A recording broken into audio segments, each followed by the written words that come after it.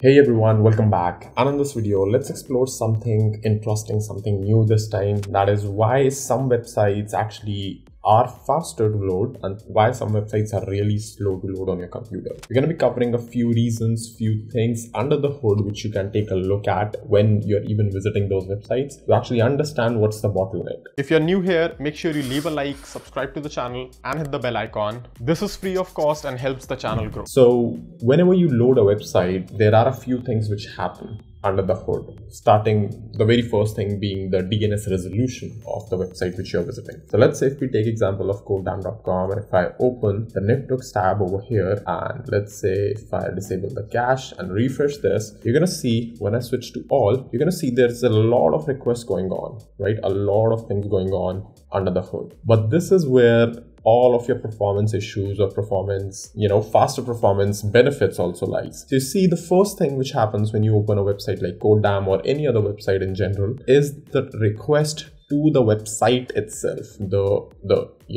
codedamn.com thing itself. And the IP address, the DNS gets resolved, the first thing. Now, once you have this HTML with you, once the browser has this HTML, it starts parsing this HTML and sees, okay, I need this font, I need that image, maybe, I need that script, I need that style sheet, and so on. And it'll start pulling those things, right? So you can see over here, we have this little section known as waterfall. So waterfall essentially means that how requests are done in a specific order. So you see, whenever a website is slow, it is possible for a few reasons. The first reason is that the server, the very first request which the server has to respond to in itself is slow, because if this request is slow, then it will push all the requests in the future, right? Because let's say if this took, instead of 300 milliseconds, let's say if this took, 4 seconds, then it doesn't matter how fast the other requests are, your website still would load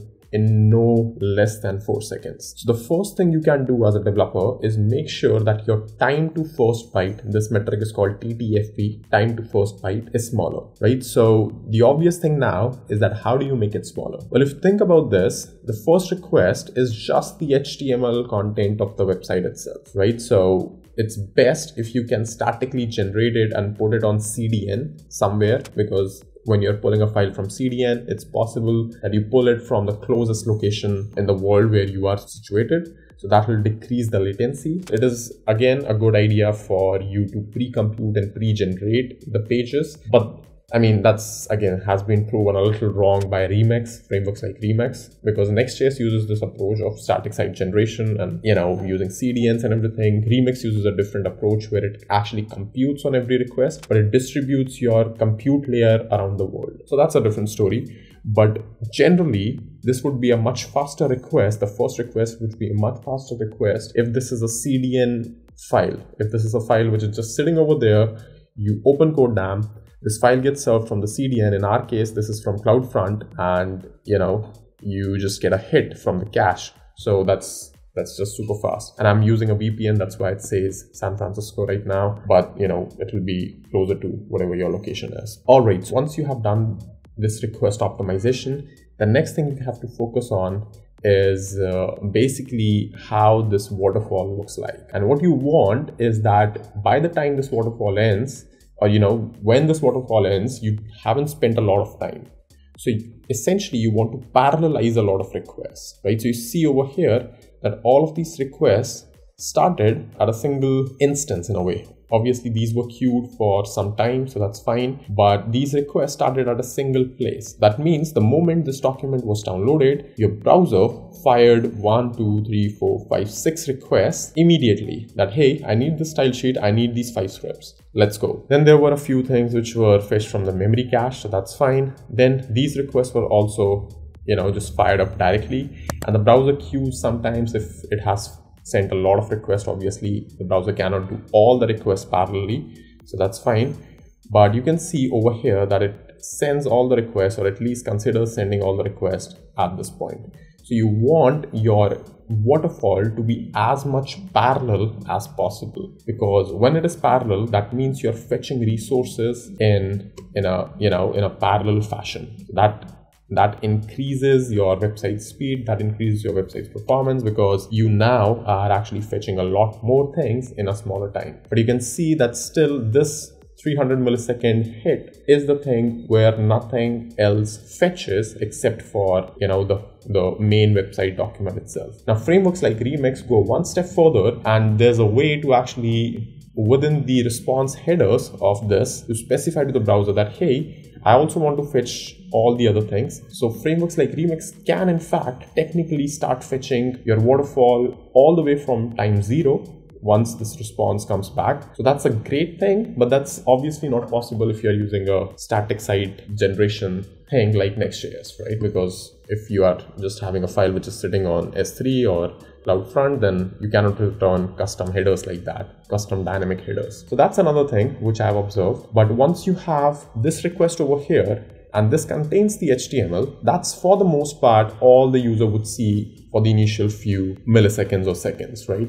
Because your HTML is rendered by the browser, it is previewed by the browser, but the next thing which you want to speed up is the assets which are downloading. That includes the script tags, that includes the image, that includes the style sheet, and so on. So the websites which are actually slower, what they do is they have a bad waterfall over here. So for example, let's just go ahead and look at New York Times website and see how much it does in terms of performance. So you can see, looking at it in the first go, you can see that the first document hit took us 500 milliseconds. So that's already bad enough, because, you know, once you have a 500 millisecond hit, then everything would be half a second delayed. Then it starts fetching a lot of assets in parallel. So that's good. But again, as you move forward, you're going to see the waterfall actually goes ahead and ahead. And this simply means that these scripts down here had a dependency on the above scripts. That means the above scripts actually made some calls or some code executions, which led to the code fetching the newer part of the scripts. And you can see then something happens again.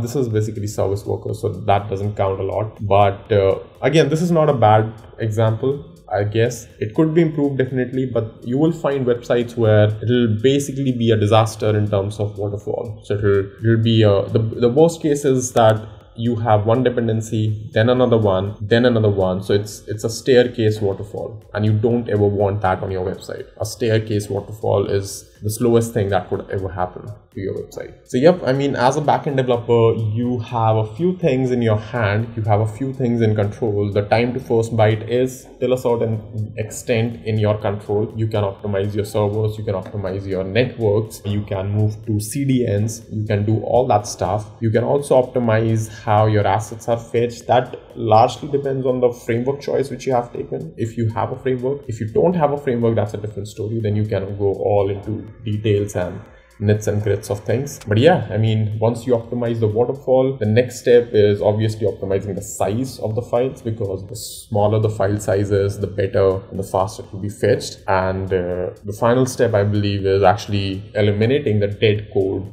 kind of thing. So you don't want to fetch or overfetch a lot of code. So yeah, I mean, different frameworks bring different benefits. The hottest two today are Remix and Next.js. Both take a different approach at things. I like the Remix approach for performance parts because, like I mentioned, it starts fetching all of the things from T0 in a way. And yeah, I mean, and Remix focuses heavy on performance. It says that we don't need JavaScript. We don't need to work with anything at all to show or make our websites work. So that's again amazing, because JavaScript is the #1 fetched asset over here. You can see as well. You don't need a lot of JavaScript for a page like this. I mean, just a little bit of JavaScript over here in case of this menu. And yep, other than that, this part over here is also a little bit of JavaScript-y. Other than that, this can all be done with static HTML, CSS, and JavaScript. But still, because we are using Next.js, because we are using a bunch of marketing libraries as well over here, we have to fetch a bunch of JavaScript, which is bad